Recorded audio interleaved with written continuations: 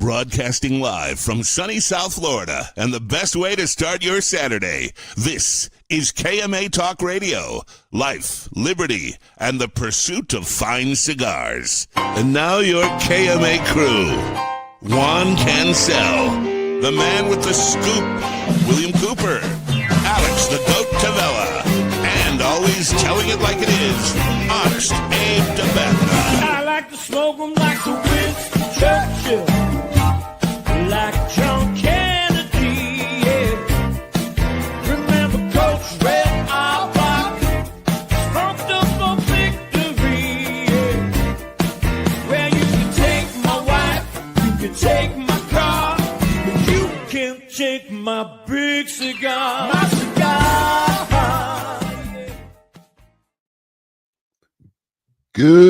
Good morning to all our loyal listeners, libertarians, and lovers of the leaf. Honest Abe here, and we are broadcasting live KMA episode number 566. And as always, I am with my trusted KMA crew, the man they call the GOAT, Alex Tavella, our dear friend always bringing us industry news, always teaser and rumor free, William the Scoop Cooper, and the man who I'm not sure who gave him this nickname, but it has stuck. You did. You did. We could have got away from this. You did. We didn't have to go there. AKA Mr. Phenomenal Cancel. Good morning, gentlemen. Good morning. Good morning. How we doing? I'm enjoying my coffee this morning. Wait. There's no There's no what? I should have had it ready. Just ask me to do it. Was that what you want to do? Yes. Got to have that sound bite, bro. Got to do it for our brother Eli. Unloop it, please. I'll do Who, it. me? Oh, you were doing it? I thought you said I'll you asked do me it. to Don't do touch it.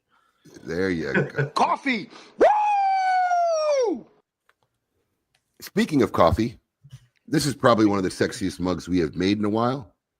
We ran out last year. Everybody was emailing us. These are currently, it just went live this morning. They're available free with any box of RML. So they're back while they last until they're gone again. Hold up that mug one more time. Let me look at it good. That mug is Sexy absolutely phenomenal. It is a phenomenal mug. And it is larger than you think, people. That could hold soup, oatmeal, because you don't see the size of Abe's hand. You don't understand. That's like the Hulk holding. It's pretty big. It's massive. I can only fit 2 fingers into the cup hole. That's what she said. No, Juan. No. That's the biggest mug we have in the house, the one you're drinking from right now. Huh? The mug that Juan has. I have that one at the house. That's like that one you could actually drink soup out of. That's the biggest mug I think ever made. Also, a couple of things I want to say. Congratulations to Tim on your new home. I know you're moving in and listening to KMA. Always a wonderful thing. Toast to Tim. Toast to Tim. Hey, God bless. Toast to Tim. Toast to Tim. And also, I want to do a shout out to Clint Blake. Clint Blake is a found smoke in recently. Impressed. Messaging me this morning. Found out. He said, "How can I listen to KMA live?" But he's not able to watch. But he's listening to the show. First time listener. Welcome to the KMA crew. Welcome. Clint Blake. Absolutely. So as always, you guys are fortunate enough to be lighting up since I'm from my home base and not able to. And to all our fans out there who could actually type in, what's everybody enjoying this morning? I'll go first. I am smoking a swag by Rafael Nodal. This is wow. Hold on. That line is still not being made, is it? No, I'm saying what decade is that cigar from? Well done, Juan. Well, you didn't even give me a chance to tell the whole story. I wrote up the script because I'm in shock. You do that. It's just like tail of the tape. We know. We're waiting for your Chat GPT description or whatever you do. The listeners have a lot of listeners probably have no clue what that is. Yes, this is the swag. This is a cigar from 2010. So in honor of Rafael Nodal, I am smoking a 15-year cigar that I pulled out yesterday. I said, I know I got something old from because Rafi and I go way back. So I dug into the crates and I found this beautiful cigar from 15 years ago. I'll let Rafael talk. They don't make these anymore. This is a beautiful cigar. Wow. I went, look, this has become an absolute classic in the portfolio. Very highly successful cigar for Rafael Nodal. The Monte Cristo 1935 anniversary Nicaragua. Absolutely. That was one of the cigars I really liked. As soon as I tried it, as soon as it came out, I started talking about it. That's a fantastic cigar. You know, it's 5 years. It's on its 5th year, and you know, you see a lot of regular production lines come out, and this one's got legs, and it continues. It gets the critical acclaim. It's doing well, you know, in stores. It's a great line, and it represents Monte Cristo so well. There we go. I'm How about you, Alex? What do you like now? I had a Sonata this morning. Sonata. Well, we're all doing the Rafael. We have a guest.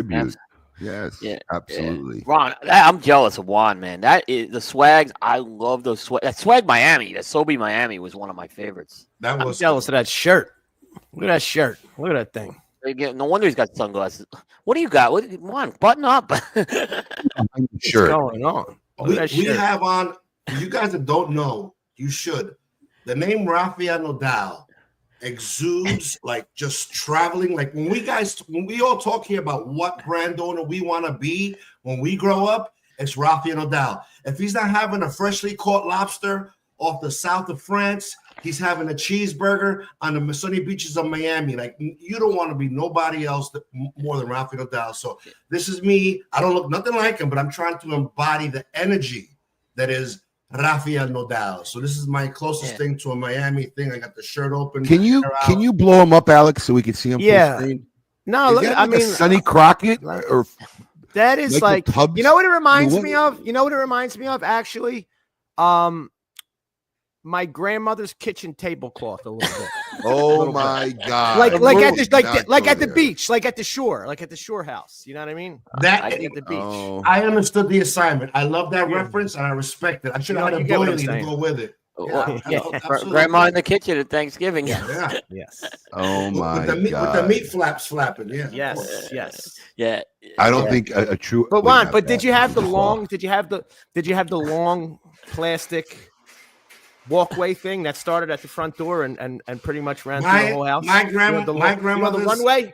My grandmother's house was covered with plastic. The entire house was plastic. The sofa, you sat in the sofa in the summertime and you got up too fast. Not only that, but like this. If you got up too fast, it left your whole first layer of skin on that sofa. You old school. I don't know if that's a Northeast thing, but Philly people, New York, sofas covered in plastic. My dad had it, man. I hated that. Imagine he was insistent on it. God. He was insistent on it. This might be the comment of the day right here. Abe Bates. Wait, not that one. No, right here. Wolfman. Oh my God! If you can't watch the comment, it's by Gary Brooks, and you unfortunately you have to have a visual of Juan Cancel, but you got to go way back to understand this reference. But Wolfman Jack meets Ron Jeremy. Absolutely, that is nailed it. Oh my God, I'm about to die. Wolfman Jack meets Ron Jeremy. Many times have I been compared to the both of them, and I agree. Listen, 100 people can't be wrong. You don't want to be compared to Ron Jeremy anymore. In his heydays, if you want to call it his heydays. Is it Ron Jeremy? Is it Ron Jeremy or Juan Jeremy? Juan Jeremy. Ron Jeremy's legacy is a little bit tainted. Oh yeah, a little bit tainted. Oh my God, it's a little rapey. Yeah, turned out to be a little rapey. Yes. It's more than creepy. Yeah. More than creepy. Anyway. Did anybody else get an iPhone update? I can't find my pic. I hate this new update. Like it sucks.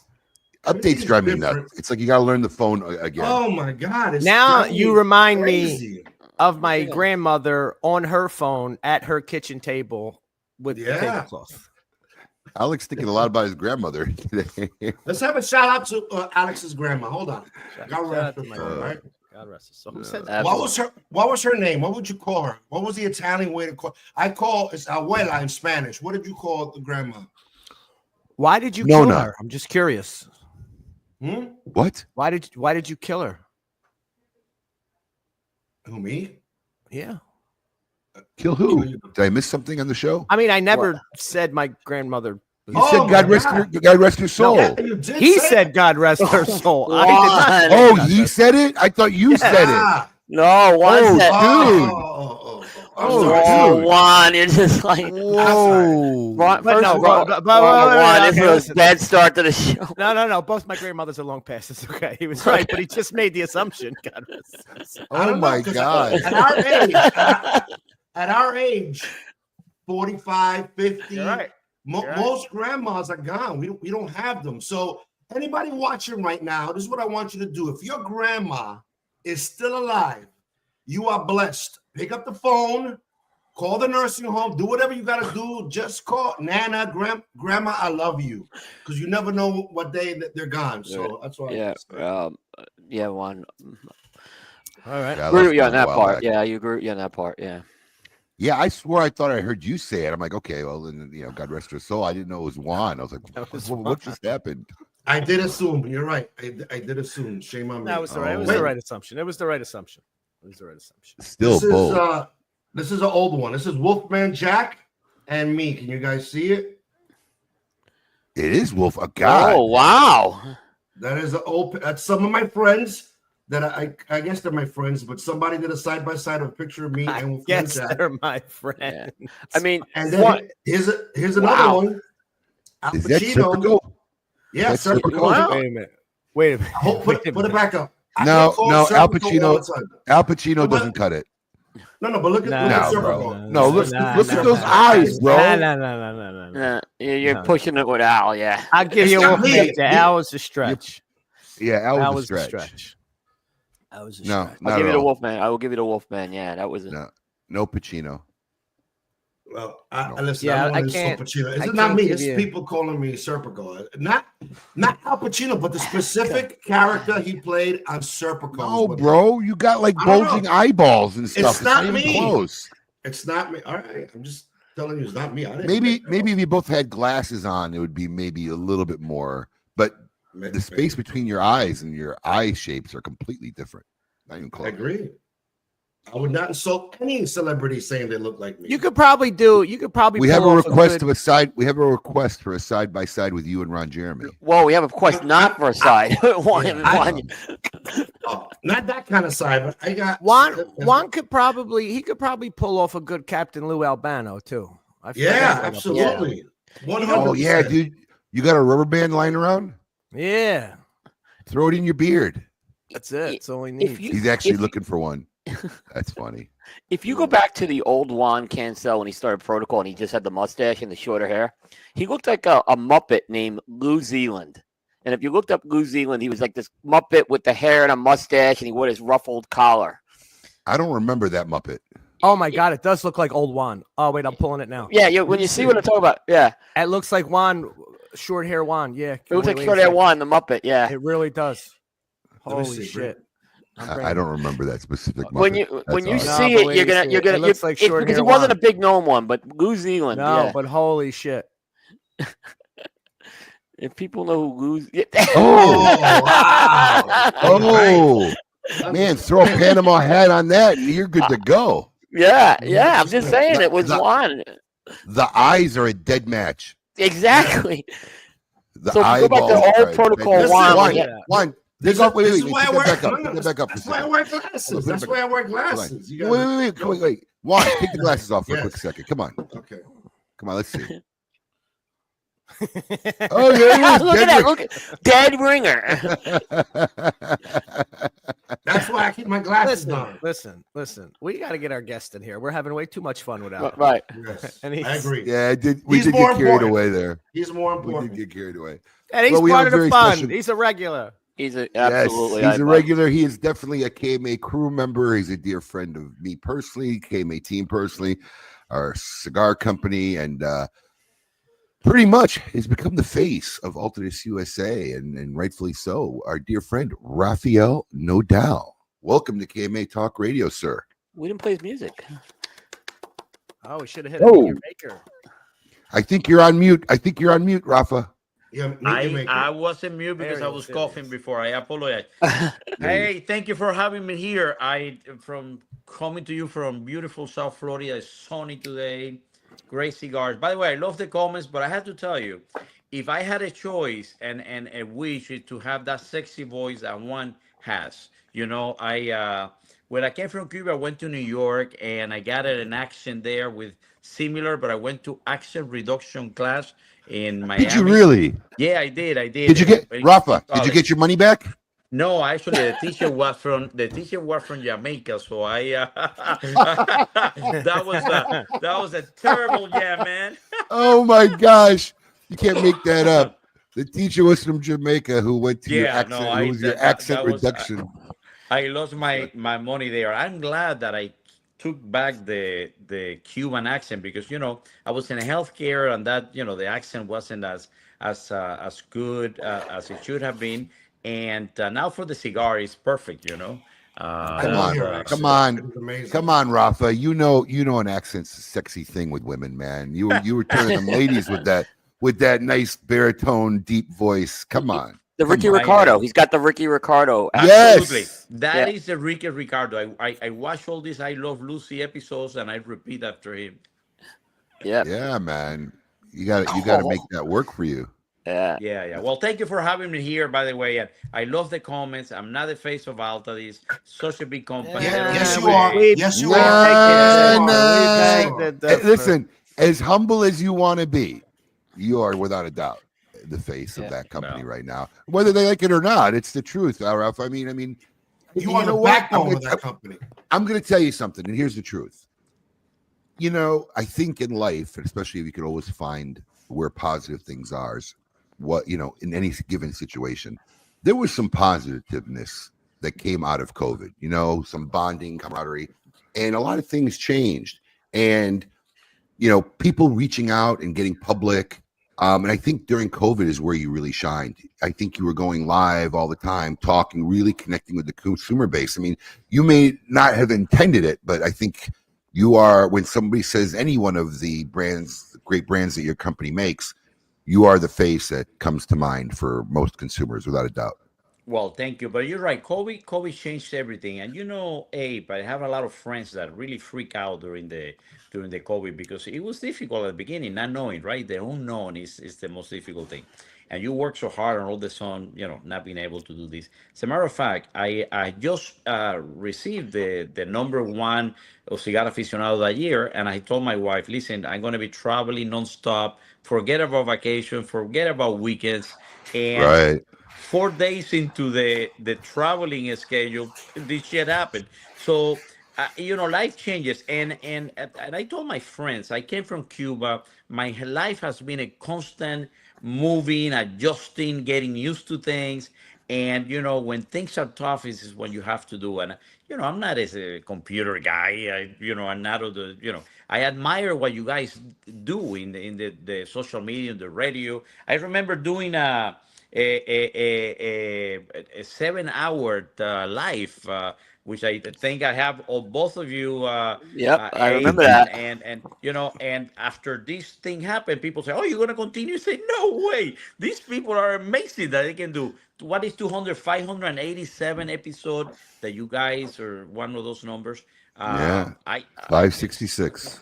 Was 566. What a commitment! I just to have that commitment with my wife. That's the only thing I can do. Like that. God bless her soul. God bless her soul. Oh man. Yeah. I mean, look, look. One thing about that too, and look, we still get talked about today because everybody took that time differently, right? And they react differently. For guys like me, probably most of us are concerned is my business still going to be here? What do I got to do to keep things going? We're trying to come up with plans B, C, all that stuff. I mean, which is how the digital experience even created. But I don't think we stopped. Me personally, I didn't stop to realize how many people were home, really impacted emotionally, sad, depressed, feeling cut off from the world. So those kind of podcasts during that time, and even when we opened up our smoking virtual lounge, our whereby room, our social room. I remember, man. With all intention, it was going to be for the period of COVID, and here we are, 4 years later, and the room still fills up and people still use the room. And I think it just changed things. And I can't tell you how many emails or messages that we got from so many people that said the digital experience, the whereby room, just the podcast and broadcast, you playing piano, how it just kept them going and kept them connected. And I think when you're mentally burdened because you're focusing on trying to keep a million things alive and going, you don't have that time to stop. But a lot of people did, and those kind of things that we did really helped them out a lot. And I don't forget that. No, I absolutely, and I remember, now that I want to go back to that time, but I remember 2 weeks into being locked down, we moved from the beach to our house in Miami because we're not afraid of the elevators and things like that. So we moved to the house, and 2 weeks into having dinner in pajamas and chores, I told my wife, this shit has to stop. So we start dressing up every night, black tie sometimes, Nice. tie and things, and you cook and then I wanted to change our life because at the end of the day, I'm gonna die. I wasn't sure I was gonna die. I'm overweight. I drink too much. I Right. ate too much. I smoke too much. But if I'm gonna die, I'm gonna go. I'm gonna go in a style, and so that's it. Yeah. But listen, it was a time that we adjusted, and I think a few months before that, I have been in the Galapagos Island, which a trip that really made me see life a little bit different. It's not about who's intelligent. There are a lot of more intelligent people than me. But it's whoever can adjust, right? It's not and that and we all did that, Adaptability. and we all did that. We all did that. Absolutely. Did you see a platypus? Did you see a platypus in the Galapagos Islands? Man, I did not see that, but I saw a lot of interesting things. Very, I mean, it was I just, remember that you took that trip. Yeah. yeah, no, it changed That's my the only life. place in the world you could see a platypus. Is that correct, Alex, or not? Not Galapagos sure. Islands? I think so. Juan just reminded me of my 10-year-old son who just spits out random facts, and then we all have to Google it because he's only right That's half the time. ADD. The ADHD these days, by the way, but Right. who's yeah, Sorry. yeah. No, they're in Australia. Oh, okay. Yeah, Is it's it the the turtle. dodo It's the bird? turtle. It's a different turtle. It's a different turtles that we have there. It's just different things. But I can tell you, man, that's how life must have been. Many years ago, hasn't No, changed, something- and adjusting and things. It was just amazing, amazing. Well, Rafa, you have definitely been very, very busy. You guys have been throwing a lot of paint on the canvas, and we wanted to have you on to talk about some special cigars Yeah, you yeah. got coming out right now. And why don't you go ahead and start with wherever you want? I told you, I tell you, we've been blessed, right? Because when I started, and Juan is smoking that Swag S, and that was a second thing after Swag. And by the way, that was big ring sizes. I had the Oliveros XL, which was 63, 65. It's a long time. I think the only one that I was doing at the time was Ernesto Perez Carrillo with La Gloria Series R. And we have been, since I got into the cigar business, I just want to create new stuff. And out of this has allowed me to dream big, and make these things happen. So we're gonna start today for by Monte Cristo M. Monte Cristo is such an amazing brand. It's actually celebrating this year the 90th anniversary. Think about that. 1935, 2025, the Monte Cristo M. And this is something that I'm extremely proud because it's a wrapper that I visited Ecuador with David Perez from ASP, and I saw this wrapper about 3.5 years ago. And he had this wrapper. His father started aging this wrapper over 25 years ago. And I said, can we do something? No, my father did it. I don't know. Yeah, I don't want to do that. So I convinced him. But it was 3.5 years ago that we started working on that. It's just a beautiful. You show there the graphic I tell you, it's just a beautiful packaging. Yeah. Overall concept.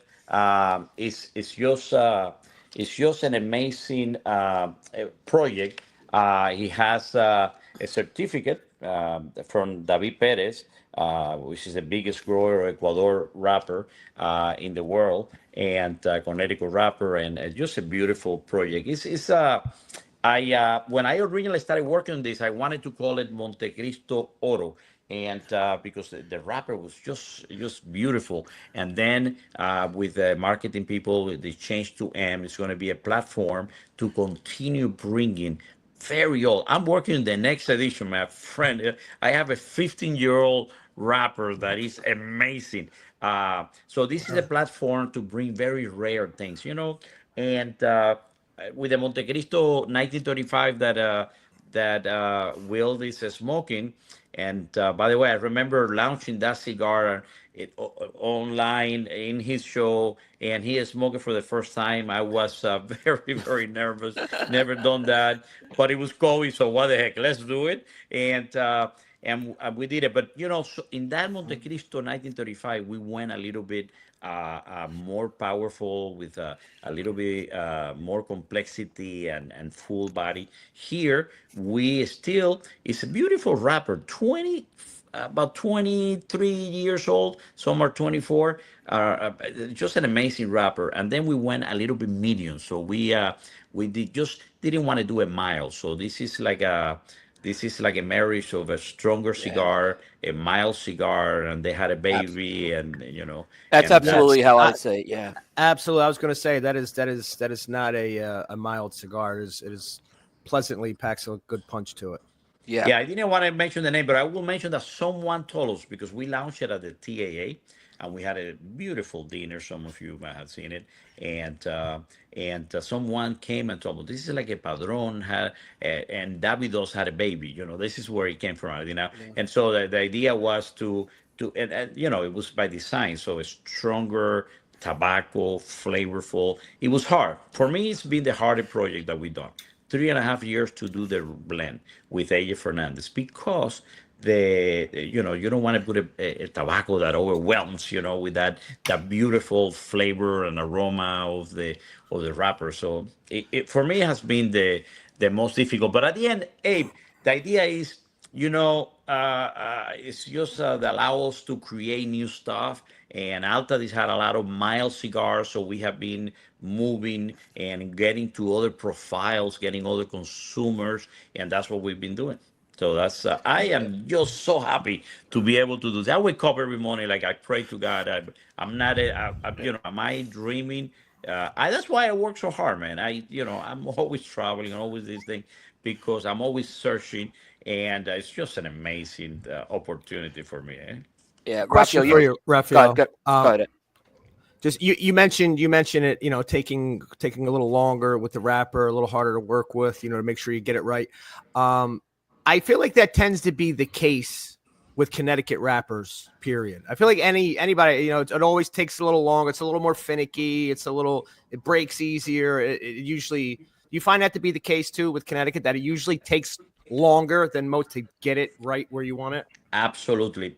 For a couple of things, I believe, right? So just the actual quality of the Connecticut wrapper, and this particular one took another level. No one has ever work with a 20 plus years old wrapper. No one. It didn't exist, and unless they are aging right now, and I go to all the tobacco farms and factories, no one is aging this like this. So it's once in a lifetime opportunity. But no one, there's no history. I cannot call Ernesto Perez Carrillo and ask him, hey, what do you think about this? Or so many other makers. I can't, because no one has ever experienced that. But it's one thing is, and also out of your comfort zone, because I don't smoke Connecticut's in a daily basis, right?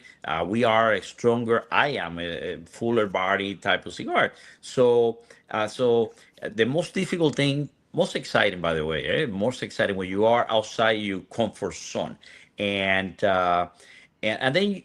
I am blessed with the opportunity, but I'm also, man, I just don't want to screw anything on Montecristo, Romeo and Juliet, H. Shortman 3. I just don't want to. I mean, it's so much responsibility that it's not like aging room. Okay, no one, it's a small brand, but this is so much responsibility that I don't take anything for granted.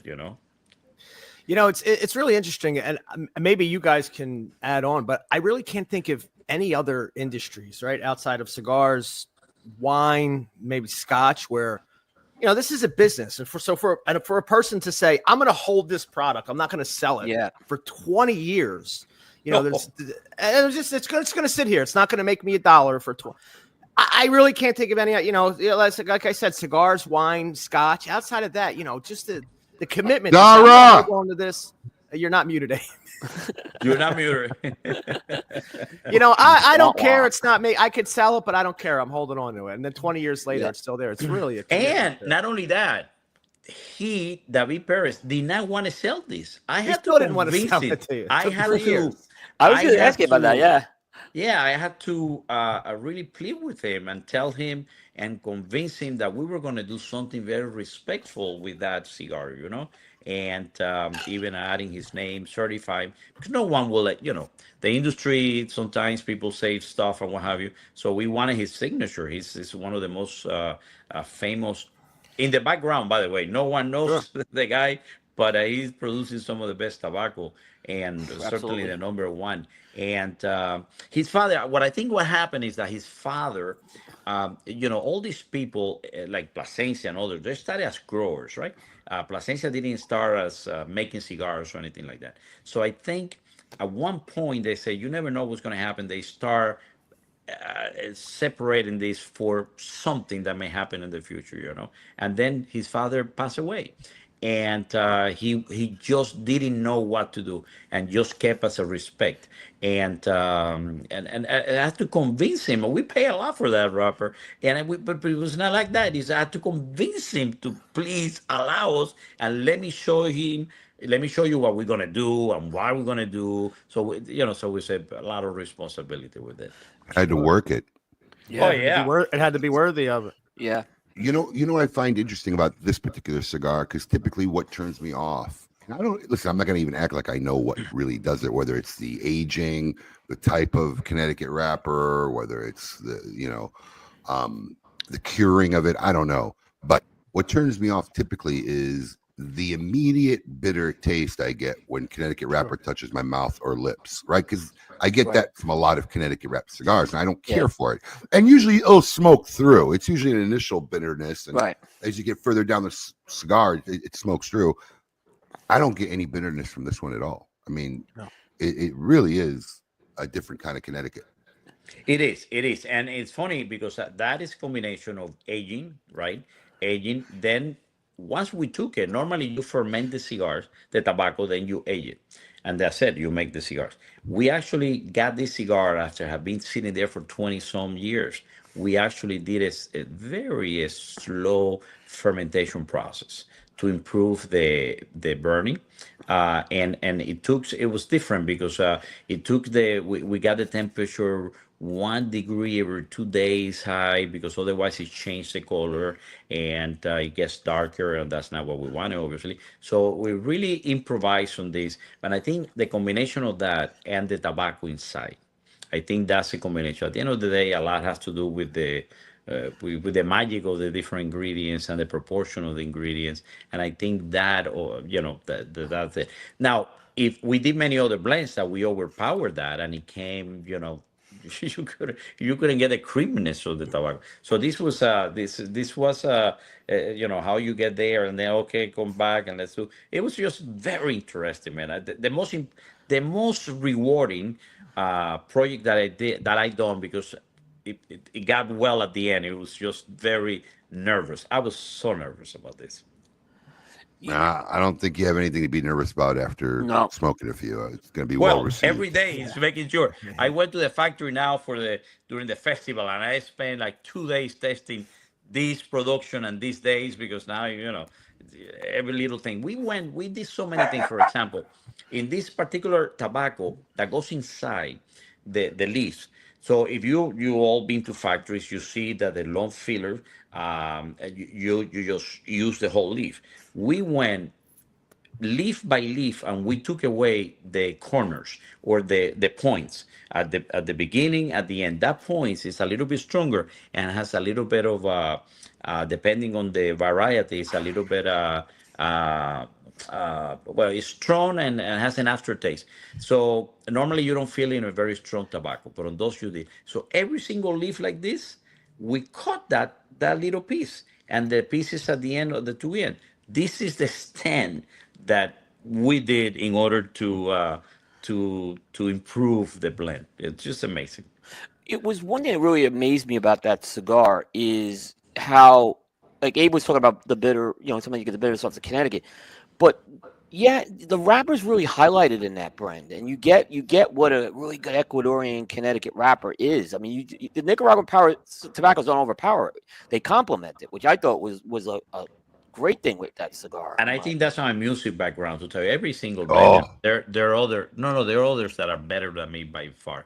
But mine is approached as a musical background. So when you write a music for one instrument, let's say a concerto, right, an instrument and the orchestra, you have to highlight that instrument and you get everything. So that instrument, whether it's a piano, violin, concerto, trumpet, whatever that is, you just do it, and you have to. So this was that type of that type of playing to make sure the rapper is the star here. It just couldn't be anything else. So yeah, I think that's the music type of me. That's and that's why when I see Petra playing and I see all these things, you have to know the moments, right? And going back to your daughter now, Abe, that night she played violin. Great night.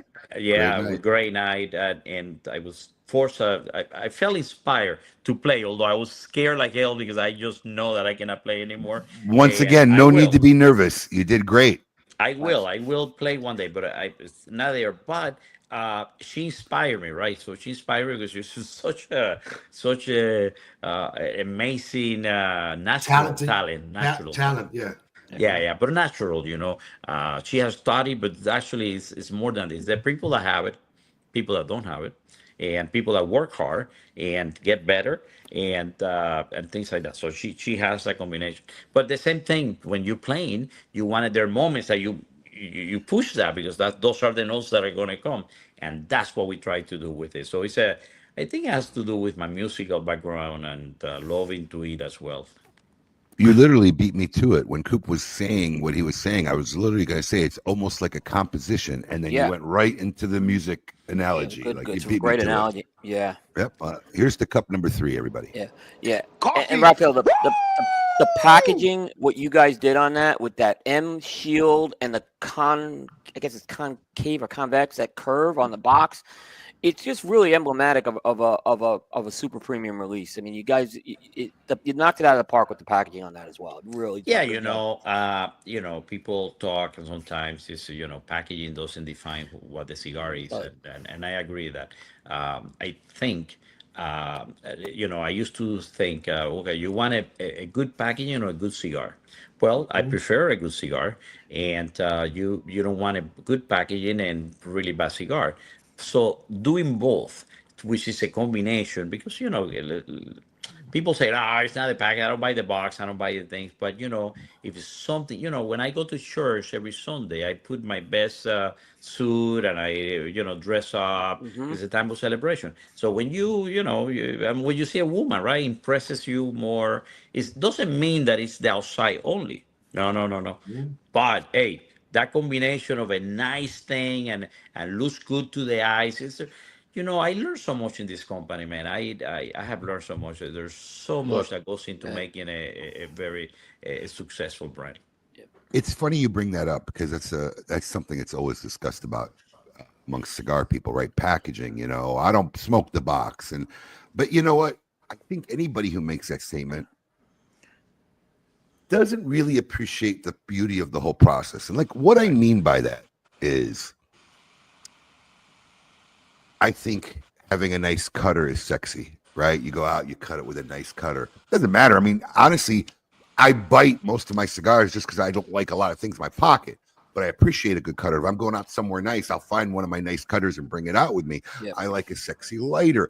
The lighting process, it's all part of the experience, the way I look at it. And I don't care what you say. Yes. And I don't care what you say. You got to have good product, but packaging is part of that experience for me. It's sexy when I go buy a box and a box just looks nice. If you bought any name brand quality product, right? I don't care if it's Gucci or whatever. Sometimes I'm more enamored with the freaking box and the way they packed it and the product inside it. Look, because I'm a watch nerd. I have some really nice watches, and a good watch comes in a really nice box, and I just never thought to myself like, I'm paying for the box too. It's just part of the whole.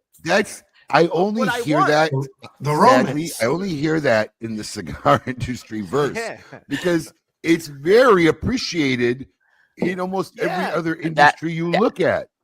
It's a showroom. Like you're a purveyor.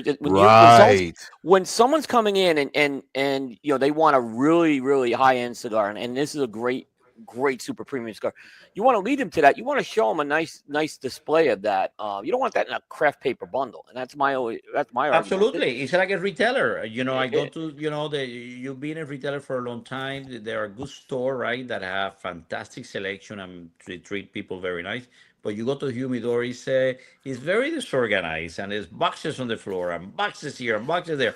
Then when you go to a store like yours, you see the beautiful lighting, right? That atmosphere, and that it goes from when you open, right, the door, or even before the outside. Yeah. So it's all part. For me, it's all part of the experience. But someone told me the other day, this is like opening a cigar box is like making love, right? So you see the things outside, you see the dress of the woman or man. By the way, there's nothing wrong with that. But anyway, I'm just talking about the woman. But you take the dress off, right? Yeah. And then the aroma, and then you start taking that dress off, right? And then it's the whole combination, and that's part when you open a cigar box, man. I love those unboxing videos that people do, because that's feeling that. Smell it, you taste it a little bit. Yeah. It is like making love. It's part of the experience. Even on a plate of food, if you look how something's really plated well and somebody picks the same food, throws it doesn't feel the same when it's put in front of you, I know about that. A little bit. I know he knows about that. He graded me pretty hard on some food pictures. Look, because when you buy, man. Well, I think a lot of people who make those comments are stick buyers, right? They don't buy a lot of boxes, so that whole experience isn't part of what they go through in enjoying premium cigars. But like, if you're a box buyer, man, that's part of the process. That's the first thing you're touching when you bring it home, that you're opening, that you're taking the plastic off of. And proof is in the pudding. How many of us save really cool boxes? We don't throw them in the trash. I got an office full of empty boxes. With some kind of plan to put something in it, to use it for something. Whatever. It's too nice to throw out. Too nice to throw out. Absolutely. I hate throwing those boxes away, man. Alex knows how much thought. Sorry, Coop. Alex knows how much thought and process we put into our Hanukkah and Advent holiday boxes, man. And we could have made a blister pack. We could have made a cheap cardboard that popped out. And I know anybody who bought a lot of. Honestly, almost every other Advent calendar, I wasn't impressed by anybody who put one out in the cigar industry. Right. We could have went that route, saved a lot of money, but. Part of that process was the packaging and how it came out, and the candles in the Hanukkah box, and the doors, and looking like a sweater this year when you opened it up. It's part of the experience. If you don't get that, it's art. The label had always been a label has also been part of who the product is, and the label enhanced. And I'm talking about the next part, which is sexy boxes. This is one that we just launched, we just introduced, which is my aging room La Boheme. Yes. By the way, first time I done blue in my own lines. I was going to say one of the releases from Monte Cristo was blue a few years ago. I done blue for the first one was the Epic Monte Cristo Epic Blue, and then the Romeo and Julieta Reserva Real. Well, the first one was the A Shortman by AJ Fernandez, which was even before I joined directly the company, but I did that as a contractual, and I never done blue. I always been scared of doing blue for me. So we wanted to bring the new La Boheme. But look at this. It's part of the whole artistic thing, right? This label is one I found it in Germany, in one of those warehouses where they used to make those labels for Cuba. And we did it. We introduced it back in 2014. And, one of the most difficult things for me is to make a follow-up, because you got a new cigar. No one, there's no, there are no preconceived ideas. But this was a follow up to La Boheme. When we launched La Boheme 2014, it was a year that after I had received the number 2 cigar with the Cuatro F55, and we wanted to do something different. And it's a cigar that I wanted to pay homage to that aroma that I remember from my grandfather smoking a cigar in Cuba in the little park near our house. And that cigar, we did it a little bit different. That cigar, people smoked the cigar. I play around. It was just playing around. We just try different things. Never tried the cigar myself. I had other people smoking, and then the aroma. And the date that aroma was what I remember. That's when I tried the cigar for the first time, and I was so glad that it was good. And then the following year was the only cigar to ever be on the top 20 of every single cigar magazine in the world. And so that was very good. Here in the United States, Cigar Journal, Cigar Spirit, Cigar Snob, Cigar Aficionado. So all of them got it on the top 20 of that year. So that was very exciting. But after this, wanted to concentrate on aging room, and we put that aside. And man, we for the last 2 years, I've been working on this. It's part of my journey in Cuba to here. So it's a cigar is a little bit different because the cigar is bolder. It's used a hybrid wrapper from Habano and a Connecticut broadleaf, and then it's grown in Connecticut and extremely well aged. So it's a little bit different, a little bit bolder, and it's part of my journey. From Cuba, looking back, the first one. This is looking forward, and hopefully people will like it. The first introduction has been good. So it's you never know. You never know. Now, this is the most? Coop and you and I will start talking. You go ahead, Coop. All right. So what you guys are like doing with tobacco is amazing, okay? And all these releases we're talking about, what you guys do, this is another exciting project. What you guys did with that wrapper, it's a hybrid wrapper, and it's 2 great seeds. And grown in Connecticut, man. And grown in Connecticut, yeah. I remember a couple of years ago we did at the Big Smoke in Las Vegas. We did a panel. It was Nick and Ernesto and I talking about Connecticut, Ecuador, Connecticut cigars, the Valley, Connecticut Valley. And, Nick has amazing knowledge of that. He's from there. Ernesto has done a couple of good things with that. And I just fell in love because we can make cigars and things like that, but I like to always be in contact with what's next, what can, versus so when people show me new stuff all the time, and I just fell in love sometimes with some things, and we have to do it in Connecticut. So for me, it was very passionate because it was my, I came from Cuba. The first one was looking back to Cuba. This one is looking back an American thing, and, my part of who I am. So it's who I am. Yeah. Am I correct in saying that this is the most premium version of Aging Room that's been released? Yes, absolutely. It goes from 1750, a small Mimi, which it's a small sizes, and to $19.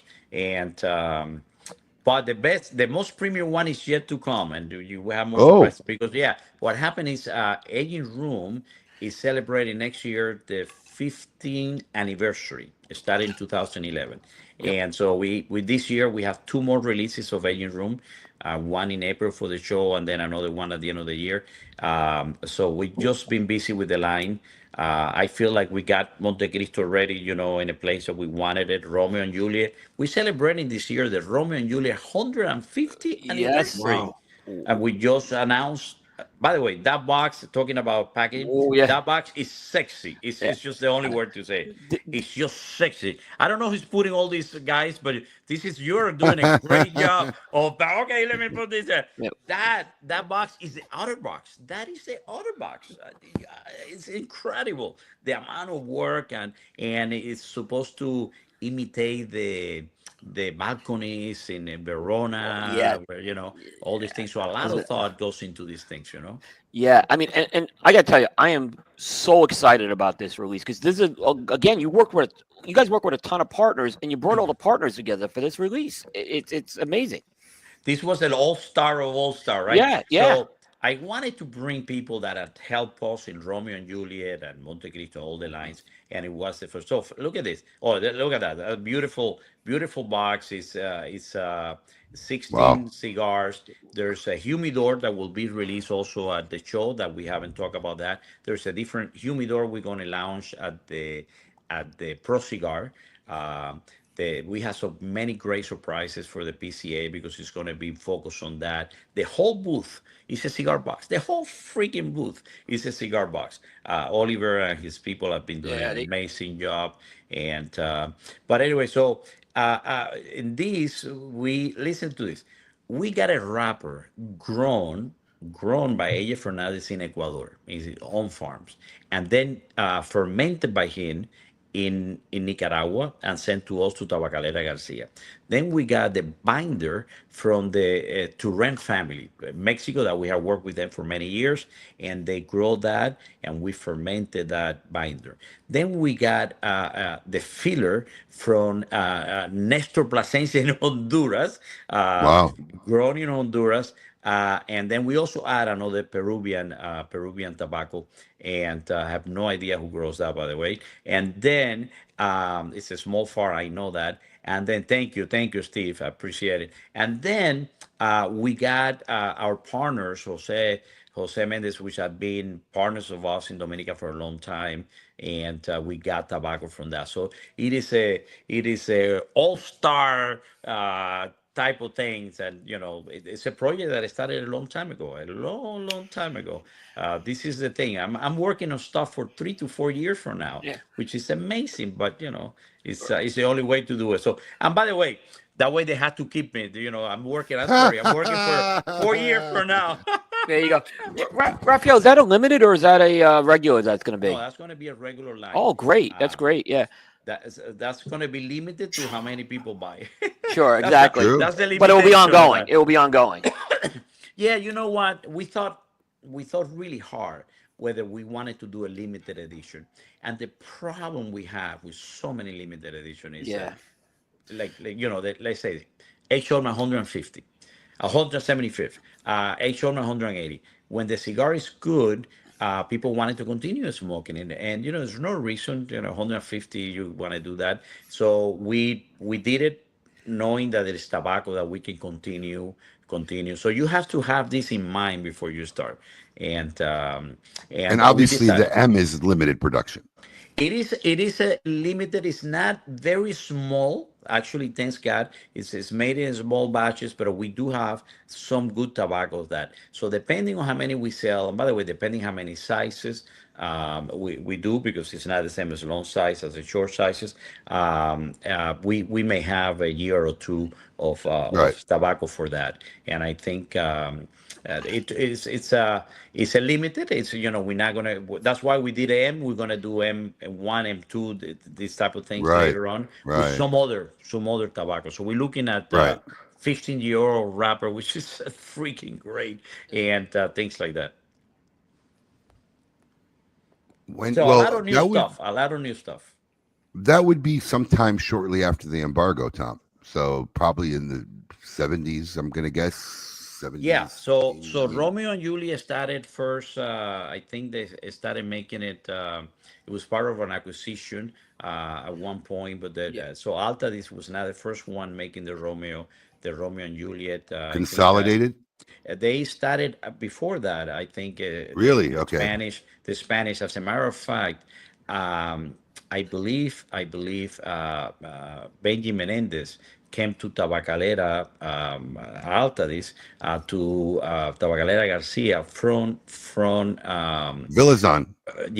When Villazon Altadis acquired the Romeo and Juliet. So this goes back a long time, but before that, I may have started, I'm not quite sure, may have started in Islas Canarias, in Canary Islands. And then he got back here, and then through acquisitions and mergers, that's what happened. But Benji was involved with the Romeo and Juliet for Altadis right from the beginning. Yeah. Interesting story. Yeah. There's a lot of those old interesting stories, Ralph. I mean, someone needs to write memoirs before everybody who knows these stories is gone. And I think he's the perfect guy to do it. We have a book in our company from the history of Tabacalera as a company that started officially in 1664, 1674, and Crazy. almost 500 years of history. And it got all of those things, but it stopped obviously at one moment. And I think that this new Volume part could be 2. good. Yeah, it Yeah. should be We good to do that Yeah. because there's a lot of interesting history in the Monte Cristo. And when Cigar Aficionado wrote about this, the Romeo and Juliet, and people will say, you get some comments. Oh, this is not the Cuban Monte Cristo, Romeo and Juliet. This is not the real one, and da, da, da. And you see those comments, you just laugh. But a lot goes into this brand, and this brand has the heart and the heritage of Cuba, but they have taken their own life. Really And has. Yeah. yeah. Yeah. Well, I I'm going to actually, say yeah, it here. I agree. I'm going to say it here first. If you do make a volume 2, I really hope they use you to do the audiobook version because it would be awesome and it would Yeah. sound really authentic. Well, I was thinking of Juan, but besides that, Nah. Yeah. All right, we got to take a break. Rafa, are you in a hurry? Or can you stay a little bit longer? Absolutely. Okay. Yes, All right, Taylor. good, because we'd love to have you as part of our musical segment. See how you Absolutely. do this, Absolutely. at the beginning of the second hour. We do have to pay the bills, everyone, so we're going to take a short break. KMA Talk Radio here with our dear friend Rafael Nodal, and we're going to have more with Rafa right after this break. Keep it lit.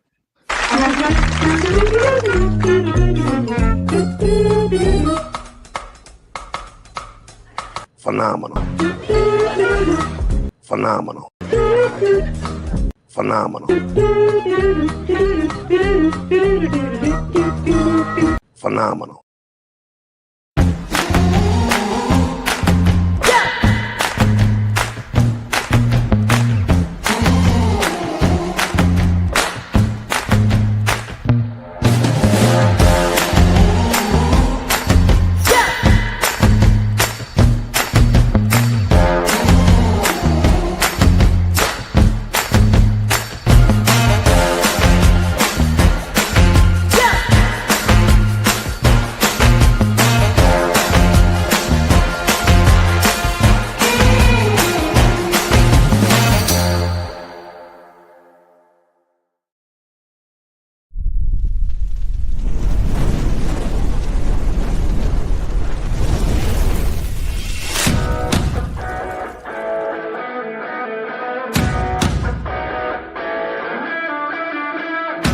Honest Abe here with the GOAT to tell you about Smokin's Cigar of the Month Club.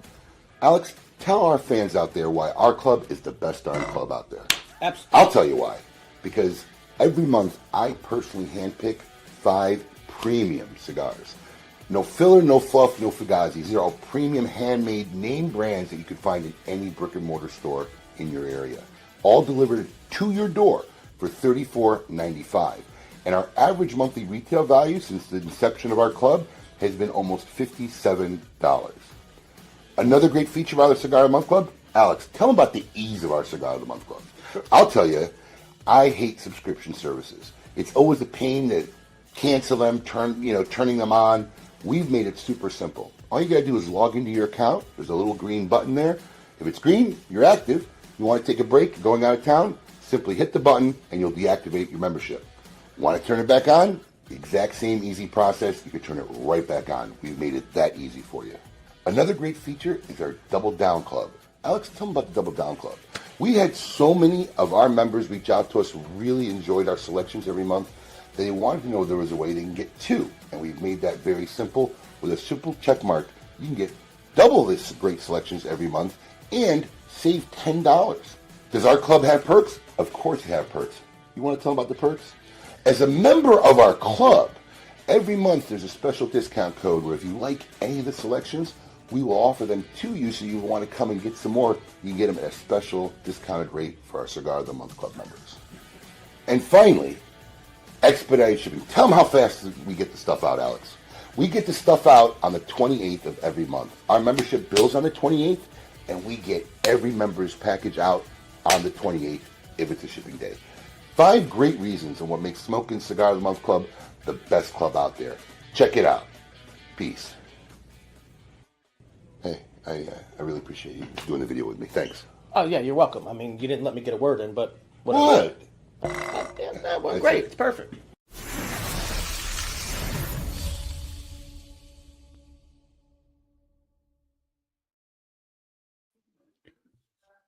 Welcome back to Hour 2 of KMA Talk Radio. Honest Abe here. And as always, I'm with the trusted KMA crew. We have Alex the Goat Tavella, William the Scoop Cooper, and when he gets back, oh, there he is, just in the nick of time, Juan, Mr. Phenomenal Cancel, and our special guest joining us today, Rafael Nodal from Altadis, USA.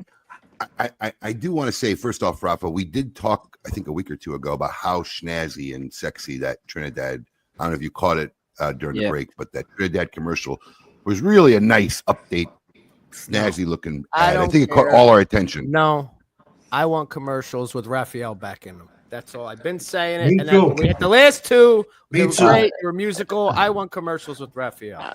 We need to do it. We need to do it now. The commercials. By the way, I'm not mute, right? No, You're live. Okay. You guys did it for me this time. Thank you. No, the Trinidad, man, I have to tell you, so many great stuff coming from Trinidad this year that you'll be surprised. You'll be surprised. It's we just have 2 releases of Trinidad. One a limited edition, and then another will be ongoing. Huge release. We are just so happy that Trinidad is something that started a few years ago, and we just took a different approach, right? Boxes, the colors, the things, what have you. And yeah, I think the voice, And by the way, when you mention the face, this is actually a team effort in the company. I have to tell you, there's so many great people. It's a team effort for my company too, but it's the way it goes. I mean, it's You are it's the hard face, to do bro. anything alone. Yeah. Well, it's not the best face, but at least it's a face. Yeah. But there are other prettier faces, It's it takes But a lot. nobody carries yourself. There's only one Rafael Nodal. Everybody wants to be you. There's a lot prettier faces than Abe too, but this is what we're stuck with, That's the facts. That's the facts. Not only we having less face this year, this time of Abe. true. I saw his posting, and I'm so happy, man, because as someone that I've struggled with weight all my life, it's those little things that makes a difference, right? Oh my God, that's great. I've been doing it this hard. Big milestone for me this week. And listen, it's not just me. I mean, Alex and I both have to redo that commercial. We're looking a little portly in that ad. And I got a good idea to redo that commercial. But no, since I stopped playing football, which I'm 35 years ago. My first year in college, let's put it this way. I always have a joke. The first year I went to college, I always said that my parents sent their son to college and got a son and a half back. I gained 80 pounds my first year in college. Wow. So it's been a constant fight to get below 300. I was a junior in high school last time I was below 300. And I got close. About 17, 18 years ago when Brandy and I got married. I got down to about 320. And then you go on your honeymoon and you come back and things started rolling back up. And finally broke it yesterday. In fact, I was plateaued for a long time. I just couldn't get it. I was bouncing between 310 and 304 and couldn't really just break it. And I just stopped weighing myself for a while. Congratulations and toast to you. You look great, Abe. You look really good. It's great. Yeah. No, I feel good. Listen, I've been feeling good for a while, but that's just been like a psychological step in my brain, because I can remember so many times in my life, like really trying to get there. I just never got there. So finally there, and hopefully I'll never see a 3 again. Oh wow, it's a major accomplishment, and then it makes you inspire you to the next, to 290, and then things. What's your target weight, Abe? Where will you stop? I think I'm going to start doing a little more on weight training now that I broke 300. I was literally, Alex will tell you, I was waiting not to really start doing any kind of weight training because, as you know, that just builds muscle. And my psychological goal was to get below 300. So it's the opposite, but I wanted the most direct path, especially when I was getting close to the goal. But anyways, I'm going to start training. But I think ideally, if I hit 265, 260, I'm pretty much probably going to be where I need to be at. So that's the goal. And it's so crazy because when you're used to being 500, 400 or whatever that you're at, that what was your max? 500. Wow. Wow. Great job, Abe. I used to not walk. I used to wobble. I'm not kidding. Have you ever seen anybody intensely obese and how they can't walk? They have to lean back to keep balance because there's so much forward weight. So you kind of walk with a little lean back and you just kind of wobble, and now to say that my ideal weight is like 30 pounds away is insane. Wow. Like it's really a psychological insanity for being overweight for so long. So I must tell you the most difficult thing for me is whenever I go in an airplane and I have to go to the bathroom in an airplane.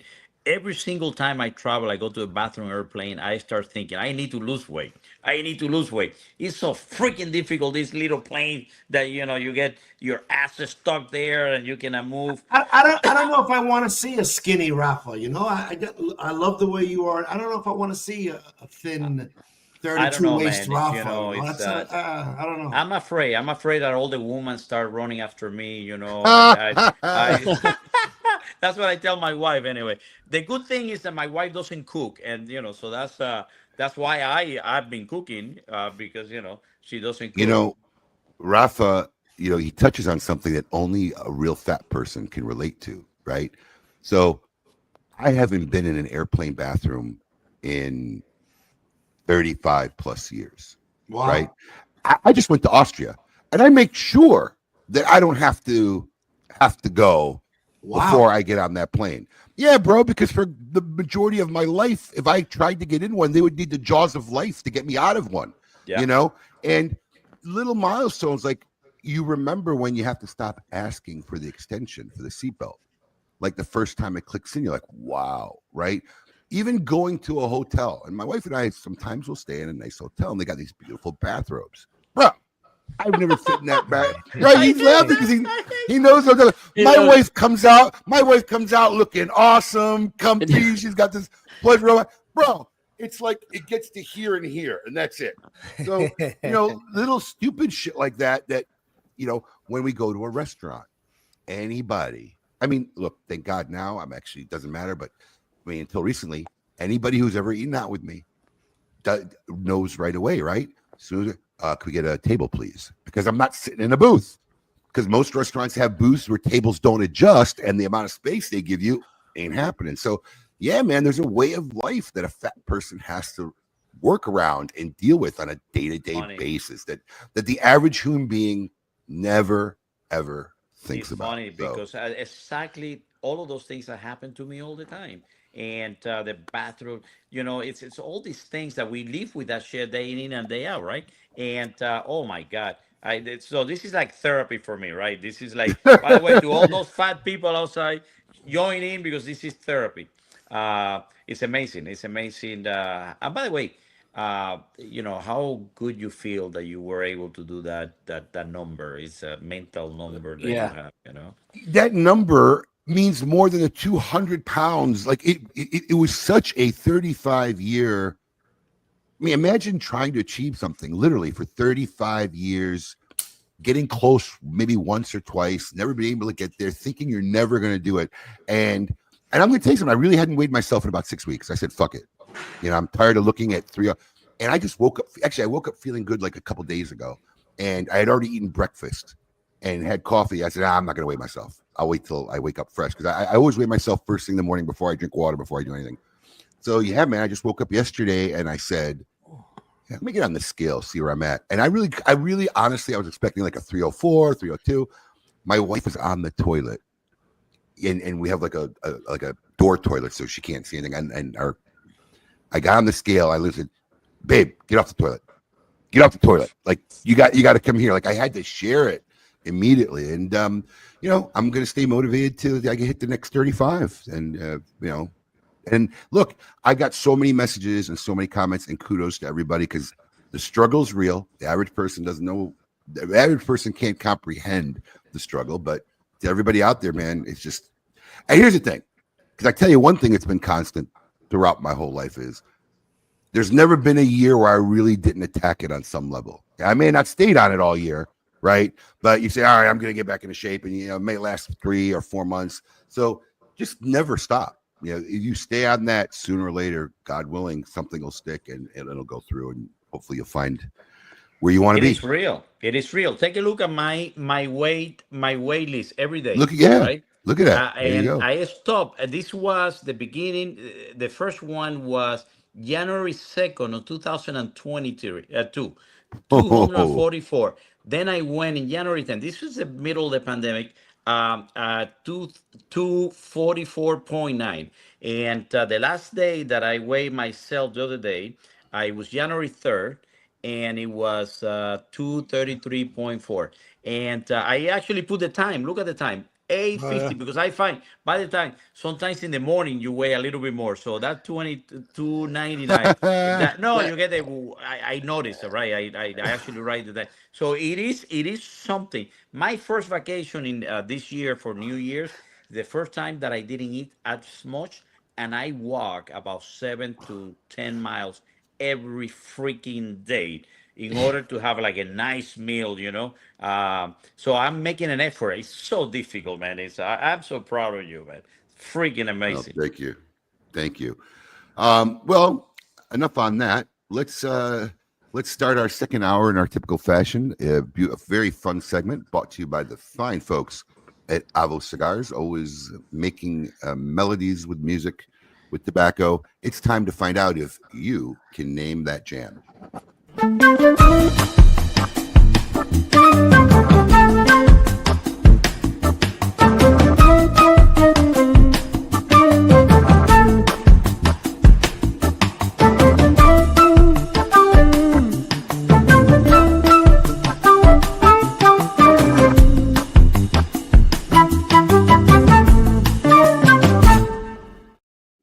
All right, Alex, what do you got for us this week? All right, so we're going back to songs from movies this week. I have 3 questions. I'm going to read out the hint, and you fine gentlemen will try to name the jam. But with that being said, I am going to say Rafael gets first dibs on answering, and if he's unable, I think that's fair. Then you guys can jump in. All right, can we raise our hand so that we're the first to answer when he says no?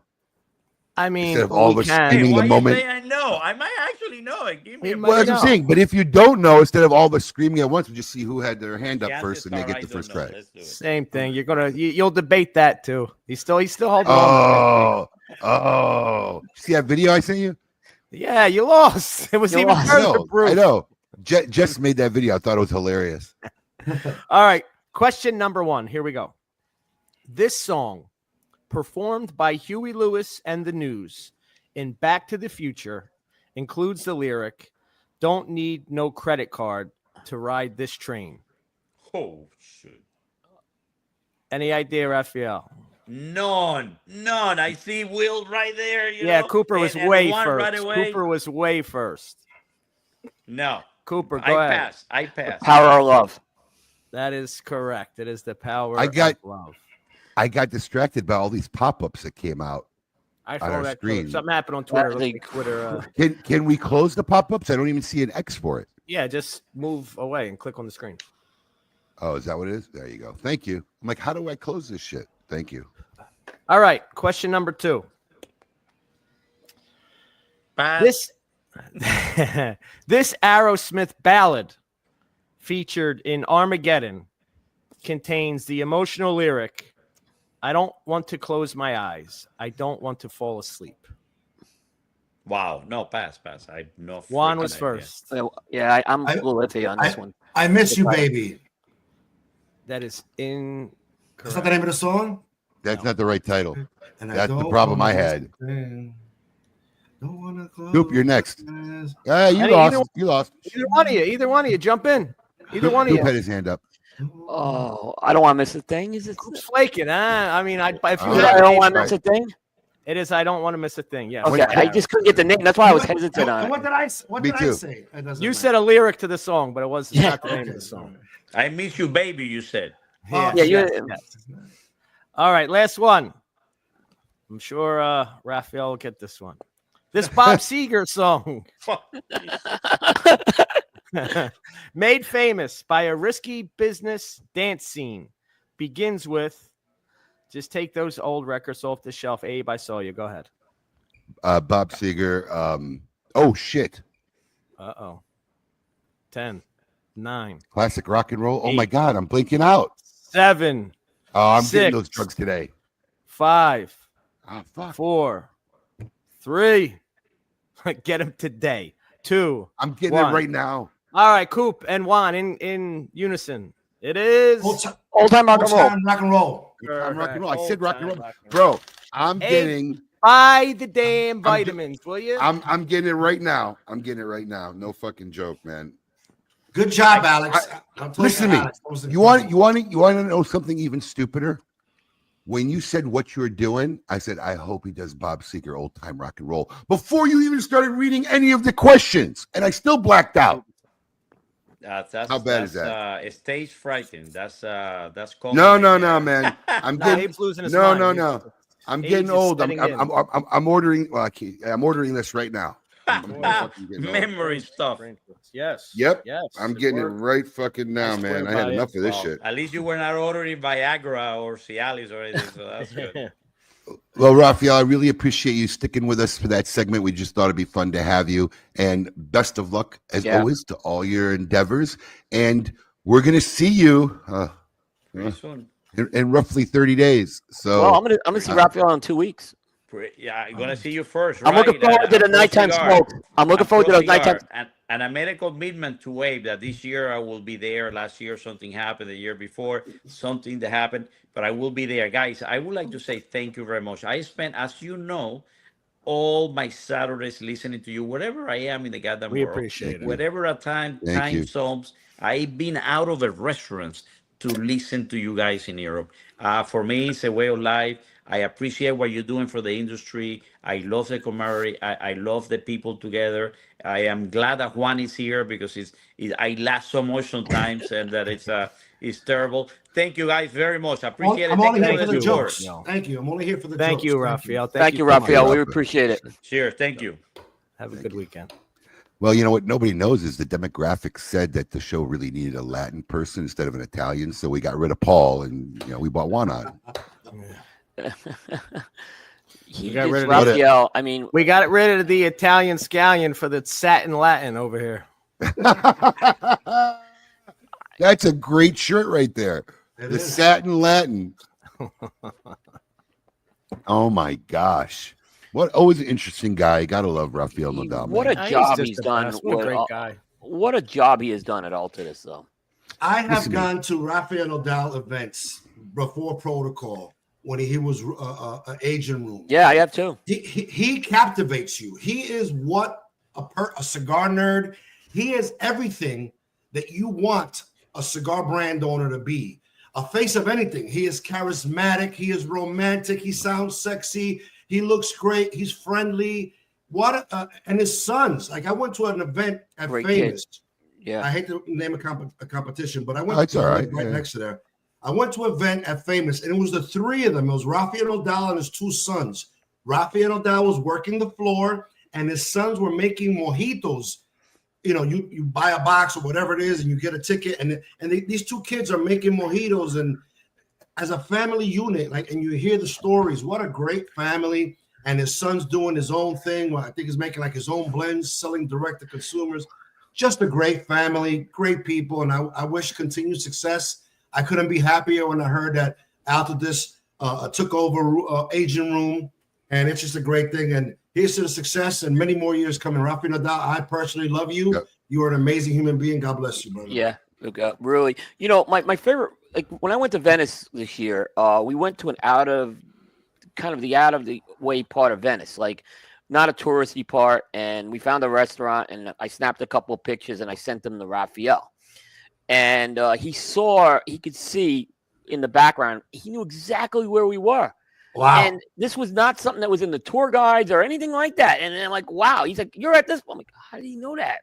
It was amazing that, he Let me ask you guys a question. Because, I've seen Rafael at the Great Smoke, obviously, at the Big Smoke and big busy scenarios. Obviously, you guys seen him at PCA and this and that. Have you ever seen Rafael stressed out? I mean, like even on the job. No, I have not. I've never seen him like, oh, I'm sorry. I'm so busy. Happy. I guarantee you, his blood pressure is 180/20. There's not one decimal higher. He works so hard at the PCA too. I mean, I don't think people realize it. It's hard to get time on him because he's so busy, and he doesn't have a moment to even like just sit for a minute. I mean, he is so busy at that trade show every year. Alex was a man down this past week. Wait a minute, like 180/20. That's the norm. No, not even close. I'm glad you're a police officer. It's good to know. What's the norm? Hey, this guy's got a pulse of 180/20. He's fine. 80 is. I'm pretty sure it's like 120/80. That's what I meant to say. Actually, borderline. 180. 80 is a borderline number. Actually, I meant to say that. Yeah, I was going to say 120/80 is like the acceptable range. His blood pressure is probably like fucking 90/50 or 60. Anyways, that's funny. Thank God I'm not in the medical field. I'll call EMS for you when you're down. That's funny. I'm going to tell you something. I'm not lying, man. I'm starting to get a little bit nervous because I'm not lying, Alex. When you started mentioning what this theme was, that's why if you noticed, as soon as you said Bob Seger, you didn't even mention the movie. My hand went up. Like, because I was saying, I bet you that Old Time Rock and Roll is going to be one of those songs. And then all I could think of was Risky Business. I couldn't think. I knew it was rock and roll. I just blinked out, man. I'm starting to get nervous. I knew it was one of two. The other one, I thought it was maybe the one from Beverly Hills Cop 2, Shakedown, which is the other one. Which is one of my favorite. Yeah. Oh, I love that song. But most likely Risky Business is the it's more popular known. But Shakedown was his only number one song he had, by the way. Wow. Which people don't realize. Yeah. That one went number one. And that was probably boosted by the soundtrack, I'm sure, with Beverly Hills Cop 2. Sure. Yeah. Really starting to freak out a little bit. Well, I'm telling you, get the pills, take the pills, talk to me in a week. I'm telling you. I swear by it. All right. I ordered them. We'll see what happens. Yeah. We'll see what happens. Are there any adverse side effects? Are my ears going to start drooping? Or? No, you're not. You're not going to feel all uppity and energy, but it's clarity and focus. I'm telling you, they work. All right. Is that the stuff that Joe Rogan talks about? Yes. Is that what it is? All right. I'm going to check that out. I can always use that. What is it, Abe? I want to write it down. It's called Alpha Brain. Alpha Brain. Thank you. It's just a supplement. But, we were talking about Rafael Nodal, and Alex was down this week. He was very, very ill. And Alex will usually work with our graphic guy to create the thumbnail and the theme for the show, but he was literally dead to the world for a couple of days. So I literally named it. I think I called the segment Living Your Best Life, because I always say out of anybody I know, really, because a lot of people say it, but when they say it, it's like, yeah, I'm living my best life this weekend, right? This guy is just really living his best life. Yeah. On a Tuesday night, he's every day. But the Tuesday night is at a beach restaurant in Portugal somewhere. It's Tuesday night. Or his beach backyard. Listen, if I had a backyard like that, I would never leave the house. I wouldn't leave the house. You don't have a backyard like that now, and you never leave the house. What are you talking about?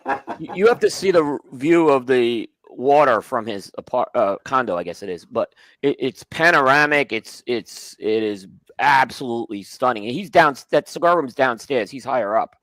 So and that cigar room, I've been in there. It is an amazing place to smoke. I'm moving to Florida. I'm going to try making my life's goal to get an invite to Rafael Nodal's place, and I'm no longer drinking. So hopefully, Rafael, that's a big thing. We're just going to sit and drink coffee, okay, pal? So that's my goal. Rafael Nodal can make salsa taste good. I mean, sometimes with the shit that comes out of your mouth, it's really hard to believe you stop drinking. Sometimes,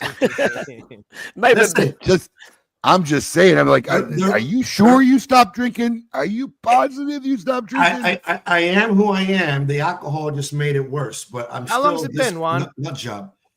I don't know the exact date, but December 3rd, 2023 was the last time. It's like 400 and something days. Good for you, Juan. Hey Siri, how many days ago was December 3rd, 2023? 433 days sober. Well done. You Well were done, sober. son. I tell you why, he was at Lozona and sober Juan at Lozona last year. Yep. Some people say sober one sucks, but I No, you did good, Juan. I was proud of you. I was really proud of you. Yeah. I think that it was a hard time for you in the beginning, because even now you're more of the old Juan in the beginning. Because I think I pulled Juan aside at the trade show a couple years ago, a year ago, maybe something like that. I pulled him aside, and I always said, hey, listen, really, are you okay? Because like Juan was walking around like somebody who just told like they have like 6 months to live. You could just tell there was a sad somberness about him. I'm like, is everything all right? Really? I mean, is something going on? Anything I can help you with? He's like, no. I just got, and I don't think you were telling people that you quit drinking at the time. So you just, no, I'm just trying to focus, whatever. But now in retrospect, obviously I know what was going on. But now you're coming back to life from when it first started. Juan, you have also done a great job at the trade show with Guy Fieri.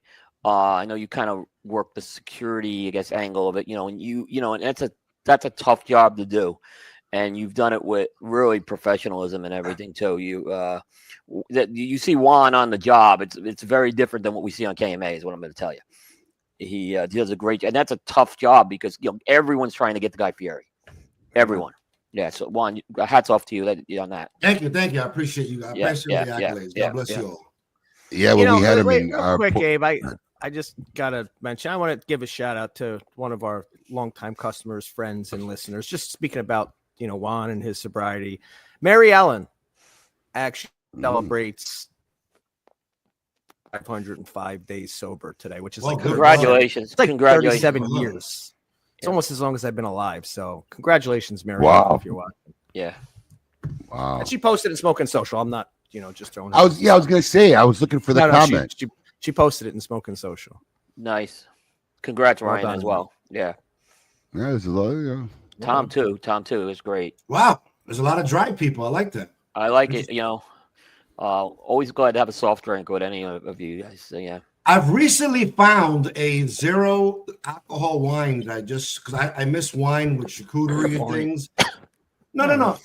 I was never a wine guy. I don't like alcohol, so no, I get it.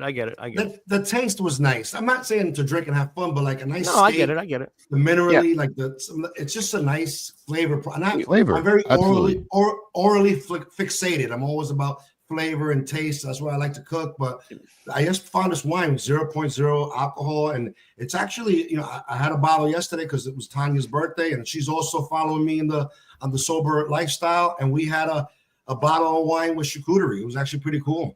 Nice. Good for you. I tried a non-alcoholic scotch. It was terrible. She bought it too because she was like, I mentioned I missed scotch with. So listen, I will tell you. No, listen to me. If you miss scotch, right, go get yourself a blend of Russian Caravan tea. Russian Caravan tea. It is a very smoky, peaty tea blend. They call it like the scotch of tea. I got to check that out. Yeah, Russian Caravans. I'm sure the iced tea would be nice too, right? Let me write that. Yeah, you can ice it. Look at that, Ron. Congrats, man. Yeah, Ron's big in the game too. Good job. Let's see. Russian Caravan tea. Got it. I'm gonna get that. I do drink. Yeah, 34 and a half years. Yeah, wow. But I will. If you guys notice, when I am traveling or out, I will not touch alcohol. I will not get behind the wheel of anything with that. There's an experience of someone I knew when I was younger, and it's I just said, look, I'm I've said it before. I said it a million times. Yeah. In today's age, anybody who gets a DUI, there's no reason. There's just no. Yeah, you should just go to jail, and they should just leave you there. There's no reason. Absolutely. We live in a. Listen, I have this. I hope he's not listening. I have this very sensitive argument with my dad all the time. Right, my dad's 81, and coming on 81, and I'm like, there's no reason for you to drive. There really isn't. In today's day and age, you could have a car pulled up for you, right? In 5 minutes, take you wherever you want to go. You don't have to worry about parking. You don't have to worry about walking from the parking lot. When you're ready to go, 5 minutes, you call in the car, picks you up and drop you off. And when you figure out the maintenance, the oil change, the gas, all the bullshit, for as little as you get out and do shit, you're better off just Ubering everywhere. Yeah. Right. Why are you driving? And he fights me to the bone on it. Fights Yeah. me to the bone on it. Yeah, Me to the bone on you know, it, man. my dad he probably should have been driving the last year or so, and it was hard because he's a car buff and cars were his life. And, you know, it's like, you know, he ended up passing, but I don't think we would have let him drive much longer, unfortunately. I really would like to see my dad just step back and stop driving, man. And he At what age do you think, you guys personally, at what age do you think there is no limitation to a certain age you should stop driving? But I feel, personally, I think it's older when the people, capability, when older, you start, right. when you start their showing reflexes signs, are not the same. Yeah. Yes. You're not. And you just yeah. gotta be. Stop. Let me Your peripheral put vision it to you changes, this yeah. way. Let me put it to you this way. How old is Boynton Beach? Gotta be what? 14, 12, 14 years 13, now? Yeah. 12, Okay. 13, So something like that. Yeah. before I opened it, I took a trip to Chicago with Jim Colucci at the time, who was the vice president of brands over at Altus USA, to go look at the first Casa di Monte Cristo that's somewhere near Chicago. Yeah, I've been there. Yeah, we went there to go look at it, see what they did, their setup. They were nice enough to let me come in and whatever. And my dad lives in Chicago, so my dad picked us up, took us there, and then we're driving home. And, you know, you could just tell, and it's like 12 years ago that you know, especially if you're driving somewhere where you're not familiar with, right? You're driving home or to your other son's house, you know that road. So it's even worse. I'll never forget. Cop finally pulls us over. And you know, my dad pulls down, they have a conversation, and he's like, you know, kind of crossing over the yellow line there, you know, while you're driving. You all right? Did you have anything to drink? And, you know, luckily he didn't. He's like, no, but, you know, I'm unfamiliar with this area. And the cop turns to my dad right away and says, I don't kind of care where you're from. You got to stay on the right side of the yellow line. Yeah. Here or there. So I'm not going to let up on this. I'm going to stand him. I really hope he just gives not it for up. Nothing, but you ain't the safest driver either, brother. I thought it was over in Texas. I thought it was over in Texas, Abe. I thought it was over for a moment. What was that moment? Oh, It you laughed was like, so hard. I didn't care. We were in a place we never drove in Texas. So we were driving and that big truck was coming and we weren't sure which lane to go. And I let out an old God. Hold on. Wait. We were laughing so hard of it because it was that, oh God, that someone would say like right when he knows he's going to die. Yeah, like, you know, like a sword should have came through my head. Yes, right after. There wasn't like an oh God of fear or shock. It was just like, I let go. Oh God. Yeah, it was a sigh. Like, it's over. Oh God. We laughed for a good like 20 minutes after that. Yep. Oh man. Oh boy. Oh man. Good times. Oh well. Got some We news, had some funny times. Yeah, we got some news. It's Light that week. time. Let's. It's all right. There's always good shit to talk about. Let's find out what is going on in the cigar industry this week. It's time to find out what is the scoop with Coop. Hey, yo, what's my theme music? The Scoop with Coop. Breaking industry news. Hear it first on KMA Talk Radio and cigar-coop.com.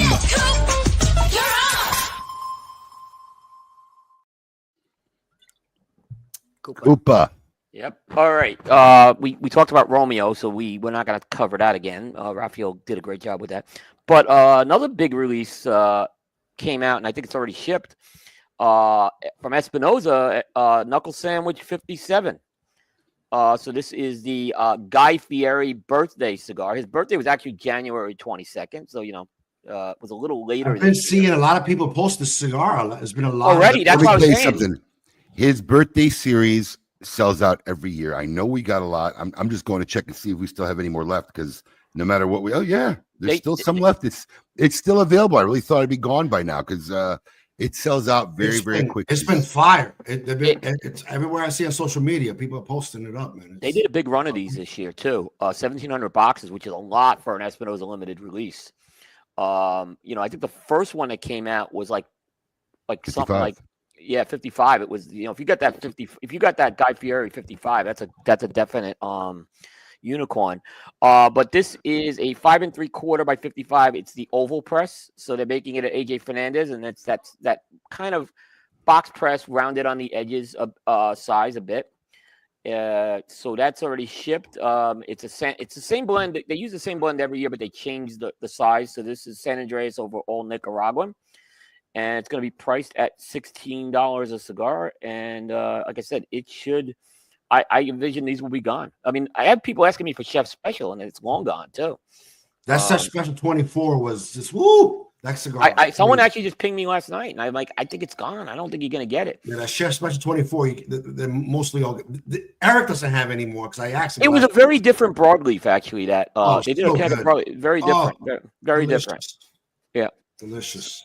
Yep. So definitely check. You want to check that out. Then a lot of cigars, but they'll go. Yeah, I really enjoy those. Well, I'll tell you what. They may have made a lot of cigars, but we didn't get our full order. I'll tell you that. Right. Now we may get the rest of it at another. I don't know if he's getting a second allocation or what, but we didn't get our full order. So, but if you missed this, we got something special coming out too, don't we, Abe? Yeah. Yes, I should have bought a box home. The next release, they're in the warehouse. The Mocajete. Do you know what a Mocajete is, Juan? Somewhere where they. I know. I don't. I was going to say Starbucks coffee. Oh, it's a mortar and pestle. It's that stuff they grind herbs. Yeah. With. And it's the TGS release. It's the next release, which is February 25th. It's a knuckle sandwich blend that Guy and Eric worked on, and it's going. Only 300 boxes were made, and it's going to be dropped February 25th. With nice. as long as my man the goat doesn't go down, he'll be there too. Yep. Yes. You guys did a good job at Rocky this week. Great show. Jessica did a nice job too. It was really good. She did. I'm telling you, I think people are gonna really. Those are two solid cigars in there. Yeah. You know, there are two solid cigars in there. I'm a San Andreas guy. I love San Andreas. So Rocky's great with San Andreas, by the way. I liked it. I picked it. He picked it a Habano version, but it's a cool looking box. It fits the theme. It's 5 of his blend, 5 of our blend. And it was made exclusively for TGS ticket holders. So if you have a ticket live or virtual, you can go to the TGS store. They're still available, but you let us know which blend you like better. You know, I don't think you could say my sycophants will overpower Rocky's sycophants. Yeah, but he's really good with San Andreas, Abe. I think you'll have a good event. I like mine. Yeah, he knocked it out of the park with San Andreas. I remember the prohibition he did with the Mexican San Andreas. Remember the prohibition he did? That was so good. The Mexican San Andreas prohibition was delicious. I ain't gonna lie. You know, he let me pick my blend first, so you know, it might have been strategic. I might have. Well, listen, it might have been strategic, or I might have taken that out of his wheelhouse. But that was the one I liked. That's true. I'm telling you, every San Andreas release he's had has been really good. Even that Conviction is I know it's $100, but that's a hell of a cigar, and that's San Andreas. Yeah. What else you got going on, Koopa? So this was a release that kind of had a soft launch for some TAA retailers, but now it's showing up nationwide. My Father Cigars has revamped and brought back the El Rey de los Habanos blend. It's now called Don Pepin ERH.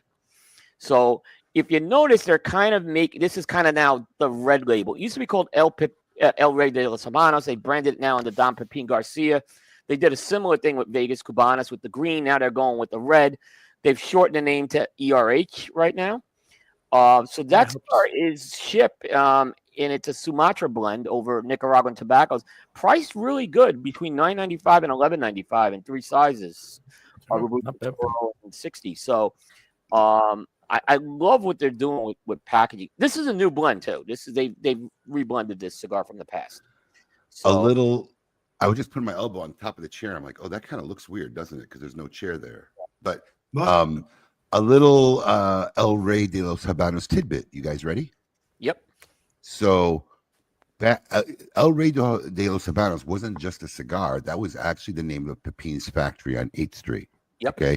Which was the old little factory that used to belong to Ernesto Perez Carrillo.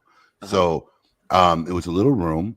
And this is when he was still working under Tropical with Eduardo Fernandez and making cigars from the El Rey de los Habanos factory, and is way before my father and whatnot. And I couldn't tell you what season it was, but if you're a fan of The Amazing Race, Yes, one they of were the on pit it. stops, So one of the the pit stops, one of the so did I. One of the pit stops was the El Rey de los Habanos factory in Little Havana, and El Pepin walks out with a humidor with the next clue for the contestants. Is that Walks the out with a one where humidor the Rocky rep was doing it? Is that what was it? Oh, I didn't even know there was a Rocky rep. I mean, who knows? If it was Max a Rocky Bickler rep? did it. Yeah, I don't remember if it Oh. was him though or not, but I know what you're talking about. Yeah. So it was some episode. It was way back of The Amazing Race. But yeah, Pepin Garcia and that factory, El Rey de los Habanos, was an actual pit stop on the show The Amazing Race. Yeah. It was like 2005-ish. Yeah, I think this was before Max. Max did it much later. Which I gotta tell you, if I was gonna do a reality show, that's kind of one of the cool ones I actually would do. I kind of like The Amazing Race. I used to watch it. I mean, I don't watch it anymore, but I used to watch it when it was on. I like Chopped. I'll do that one. Yeah. But by the way, that factory's still there. Pete uses that factory now for a lot of his Miami stuff. So it's kind of become his. No, Pepin's still making cigars out of there. Yeah. Pete's, but Pete's, I know, done a lot. All his Miami stuff comes out of there still. But he's got a lot in Nicaragua. Yeah. That's where his Miami cigars comes out of. Absolutely. Yep. What else you got going on? Last story. This one kind of came out yesterday. Kind of a name in the cigar industry. Rob Madison. I think a lot of people know Rob Madison from his time with Altadis. How did you get this news? I got it from Rob. When? Yesterday. Wow. So tell us. So Rob Madison this literally just happened. This just happened in the last 24 hours. This is breaking news, people. Breaking news. Yep. Coop with the scoop. I'm telling you, people don't realize what a scoop this is, because I got some direct communication, and for us, there's some concerns because Rob was our key point. It's the League of Fat Bastards' first year at the Great Smoke, and I have all the confidence in Rob following through. And I'll let you tell a story before I go on. Yeah. Go ahead. So Rob had gone to League of Fat Bastards. It's a company started by a guy in Australia. They donate a lot of money, back to charity efforts for men's mental health. Yeah. Great. Yeah. They've done 2 releases, but they brought Rob in about 10 months ago to run the U.S. operation. So he's running the U.S. operations for LOFB, League of Fat Bastards. He announced that he had yesterday parted ways with the company. The company since has told me that he resigned. So the word I got from the company is he resigned. And it is a big name in the industry, and a lot of people who know him know Rob has done a lot of. Obviously, you have a relationship with him, Abe, too. So I don't know.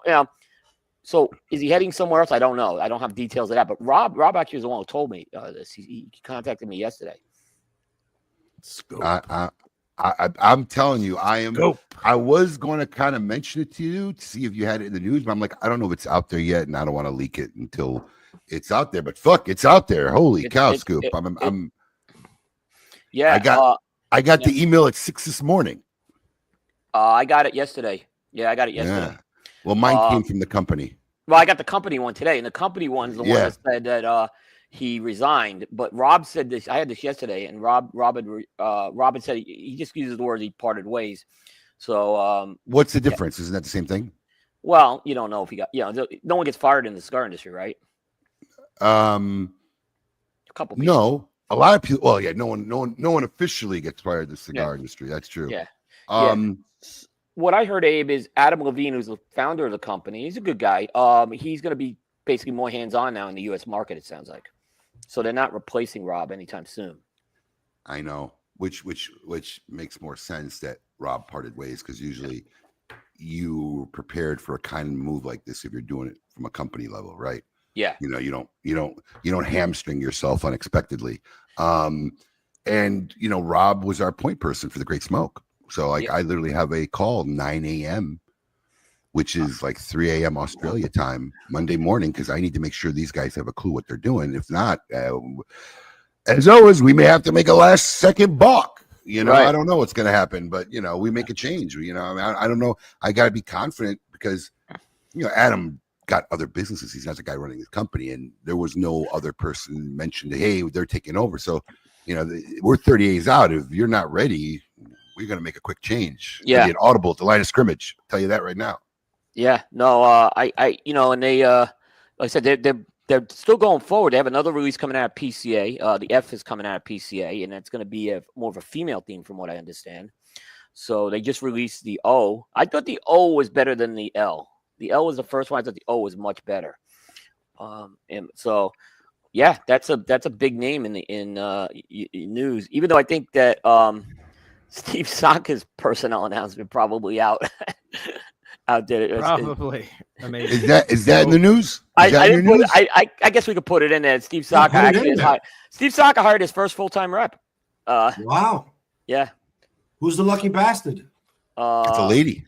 It's a lady. Oh, lady. Edgar Quinones, who I think she's been in business for a while, and Steve has not Steve's worked with brokers primarily for a while, and I actually was pinging you guys on this because I was kind of shocked by this move too. The only full-time salesperson he's had is Lafferty, really, up on the payroll. Now he's this is 10 years. The first time he's hired a rep for Florida. Yeah, Lafferty's like the national brand manager, so I don't even consider him like a sales rep. But I tell you what, he's mini Saka.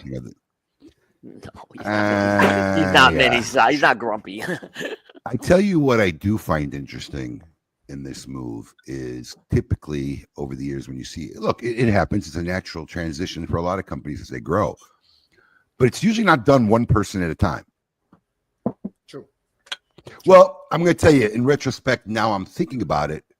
No, he's got other brokers. So yeah, it's usually not done one person at a time, because to do it one person at a time sends waves out to all your other brokers. Right. Yeah. So usually what I've seen it done over the years, whether it was CAO or Perdomo, it's like effective this day, we will have in-house representation, and then a company takes it internally, which people always get sensitive about, but I think it's just a natural progression of business. I think if you're a broker in this industry, it's something that you realize every job that you can ever have has ups and positive and negatives, and that's just the negative part of the job you have. Well, Glenn Case from Christoph was a broker before he founded Christoph Cigars, and he basically, brokered himself out of a job. But that's because he did so well and then he just strike out on my own. Yeah. And his wife was a broker for many years until she retired. Yeah, very true. Yeah. Well, Eric kind of tells the same story too, right? Kind of brokered himself out of a job. He did. Literally. Yeah, Eric did it too. Yeah. That's right. He got the biggest check, commission check or bonus, something like that, and they fired him the next day because they couldn't afford to. Yep. It's a great story when he tells it. Maybe get around to him. Broker's a tough job. It's a very tough job. I wouldn't never do it. It's hard. Sure. It's a tough job on many levels. It's a tough job getting good brands, and then it's the only job I know that if you really, really excel at it, you jeopardize your own livelihood. Yeah. I mean, where else can you get a job where if you do fantastically great, it puts more of a target on your back? Yep. Because they're giving you the commission checks. Yeah. It's a very tough job, and forget the lifestyle of it. Driving around, being on the road 3 weeks out of a month. It's a tough job. So most of the time the gas is coming out of your pocket at first, and all that stuff. The hotels, and then you get putting your taxes. But it's not the same as working for a company where it's mostly all covered. It's a bit. It's hard. It's hard. It's a hard job. A hard job. Yeah. And those that do it, there's a few of them that do it really great. There's a few good guys out there that become celebrities themselves.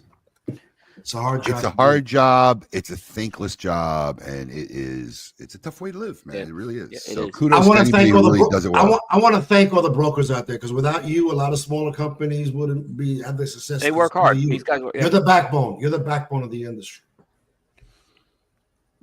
And did that wrap up the news for you? That wraps up the news for this week. All right. Please always check out our friends page at cigar-coop.com. Stay up to date with all the news, facts, and tidbits. Always teaser and rumor free.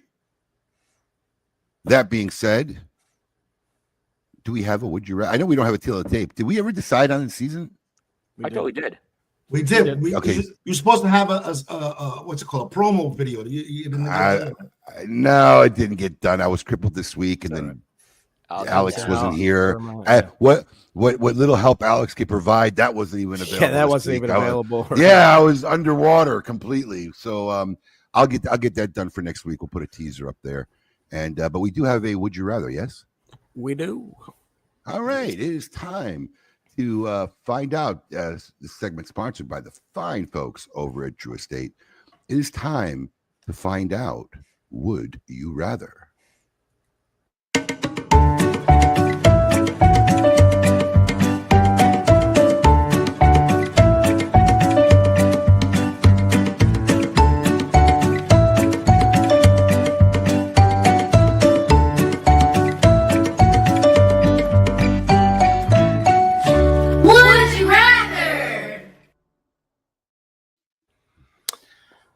All right, gentlemen, let's see what Pedro has for us this week.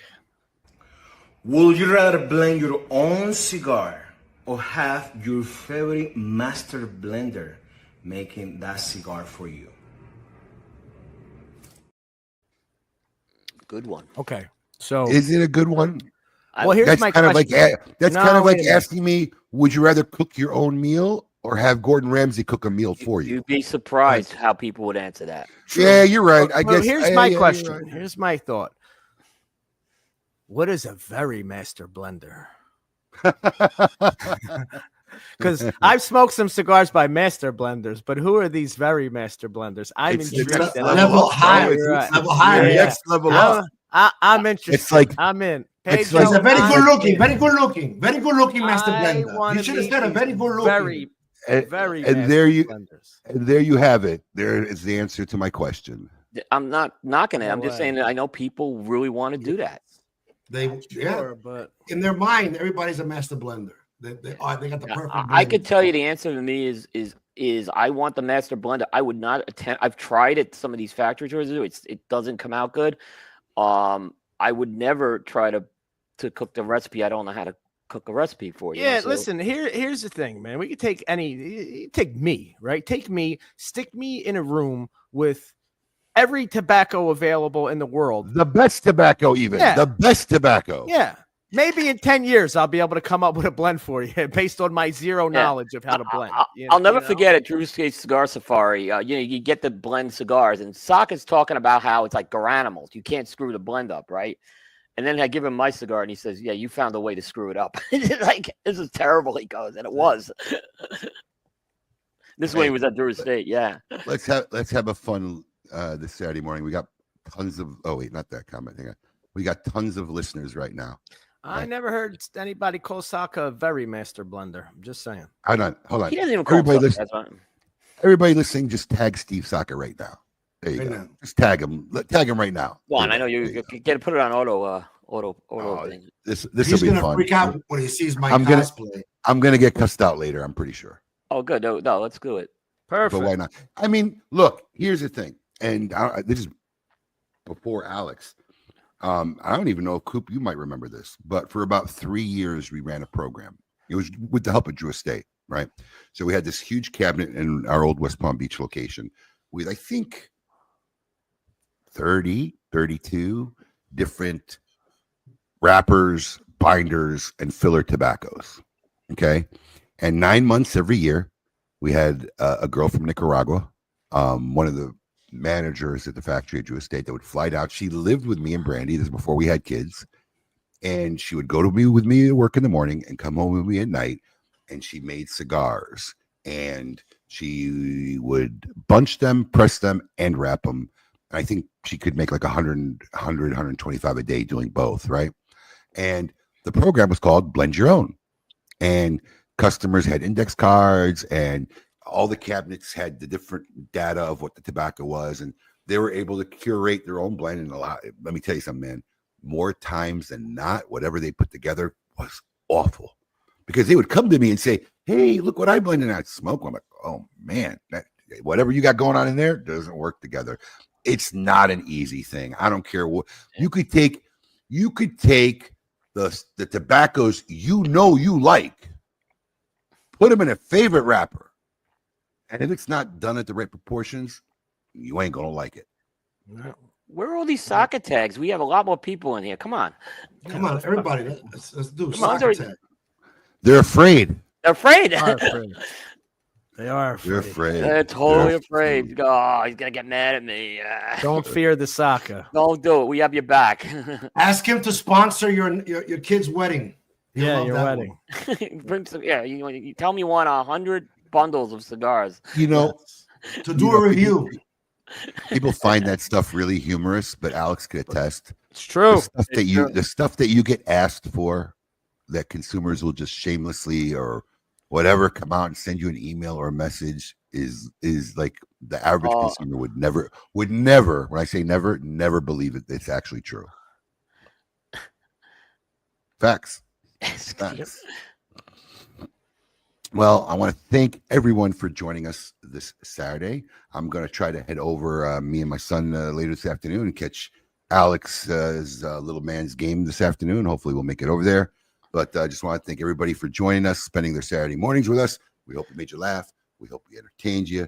Please follow Smoke In on all our social media channels. And if you love a great cigar community, check out our private Facebook group, Smoke In Social. It literally is one of the best communities in this industry.